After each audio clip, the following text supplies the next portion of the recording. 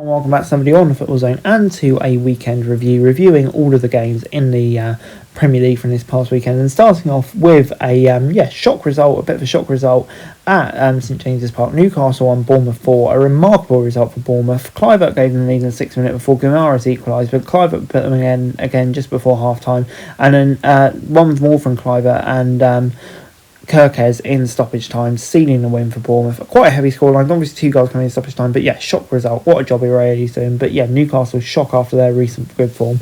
Moving on then to West Ham 0, Palace 2. Mateta gave them the lead in the 48th minute, and then Mavropanos sent off for West Ham with 10 minutes to go, and Mateta slotted away a penalty in the 89th minute to give Palace a very good win on the road. And I think West Ham, will be disappointed with this. A poor performance, reminder of the Lopetegui days where they didn't create much, and in the end got punished. But Palace, their great form momentum continues. Moving on then to Leicester, and they were defeated 2-0 at home by Fulham. 2 goals in the second half, one from Smith Rowe, one from Traore, giving Fulham the win. And yeah, it was pretty deserved. This Fulham kind of dominated Leicester all over the pitch. A big win for Fulham. But yeah, Leicester, a really poor result, and they're looking pretty hopeless now.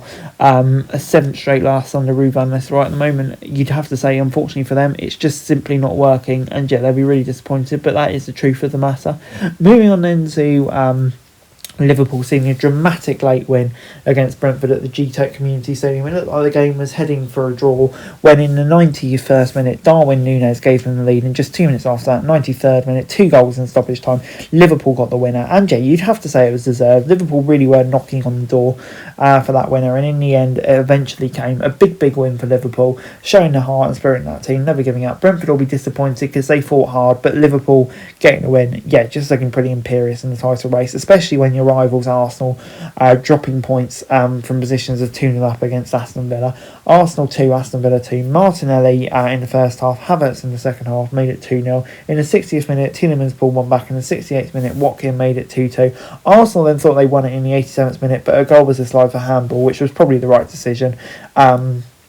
And yeah, Arsenal dominated the game, but in the end couldn't find a winner. Just a crazy 10 minutes where Arsenal slacked off, and in the end it cost them hugely disappointing for them. Moving on then to Forest 3, Southampton 2 at the City Ground. And yeah, you thought Forest would be absolutely cruising here. 3-0 up at half-time from Anderson, Hudson-Odoi and Wood, but Southampton got back in the game through Bednarek. Ramsdale then made an error, but the goal was ruled out, and then Onuachu scored in stoppage time to make it 3-2, leaving Forest a nervy finish. But in the end they held on. Big win for Forest, but I think more positive signs for Southampton. Still no points, but more positive signs, and eventually, who knows, maybe one day they will pick up another point, Southampton, in a remarkable turn of events.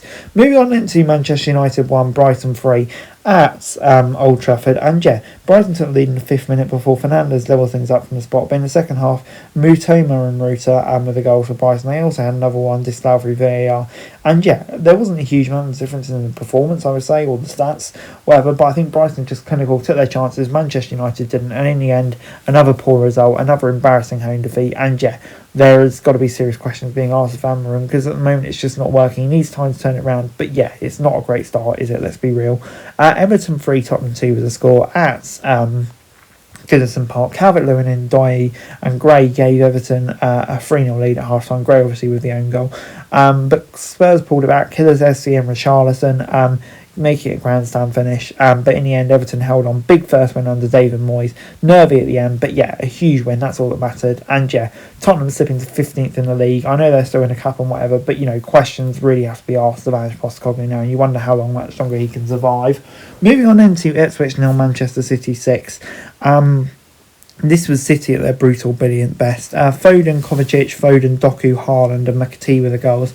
And yeah, Man City at their best. You wonder where that's been all the time. But yeah, they do seem to be finding their mojo back. Ipswich absolutely slaughtered here. I think just unfortunate to come up against Man City on their best. And yeah, they're just not quite at that level yet, are they? Or anywhere near it, really. And in the Monday Night Football, Chelsea defeated Wolves by 3-1. They took the lead in the 24th minute through Tosin, and then Doherty equalised deep into first half stoppage time. But yeah, Cucurella and Madueke with the goals in the second half. Obviously, keeper error allowing Wolves back into the game was frustrating for them. But yeah, they got through it in the end, Chelsea, and I think that's a big win for them, gets them back into form. But Wolves struggling for form at the moment. And yeah, not really looking too great for them at the moment, is it really, in terms of their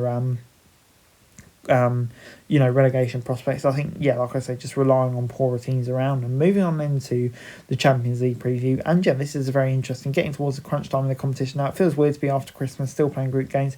But starting off with Monaco against Villa, and that's a very interested in. Very interested in the away day there as well. But Monaco, I think they're a decent side. I don't think Villa can take them lightly, and I think that could be a tough game for them. I'm going to say a draw, but obviously they'll be looking for a win just to keep themselves in hopes for the automatic qualification. Liverpool, that's all but sure. They're looking for top spot now against the Lille side at home. Lille are a decent outfit, but I think, Liverpool will have too much for them in that one. I'm going to say 2-1 to Liverpool. And then moving on then to Arsenal against Dinamo Zagreb, another game at home for Arsenal, which you'd expect them to win, as they look to get an automatic qualifying pace. And things are much more precarious. Man City may not even get a qualifying pace at all, let alone an automatic one against PSG. A massive game for them. They simply need a result. We know how hot and cold Man City can blow, but if they can perform like they did against Ipswich, I think against the PSG side, who aren't really what they once were, they should be able to get a result in that one. And then in the Europa League, Manchester United against Rangers, a game I'm very much looking forward to. Obviously, you wouldn't bet against Rangers getting a result with the way Manchester United are, but you would expect United to win that at home. And then Tottenham against Hoffenheim, that's going to be a tough game for Tottenham, ravaged by injuries, of course. So it'll be interesting to see how that one goes. But I think that could well be a draw. Guys, that's it for this video. Thanks very much for watching. Remember to like, share, subscribe, follow us on our socials, link in the description below for daily football news, meme and content. Subscribe for our other channels on screen right now, that'd be greatly appreciated. Thanks very much for watching. Peace out.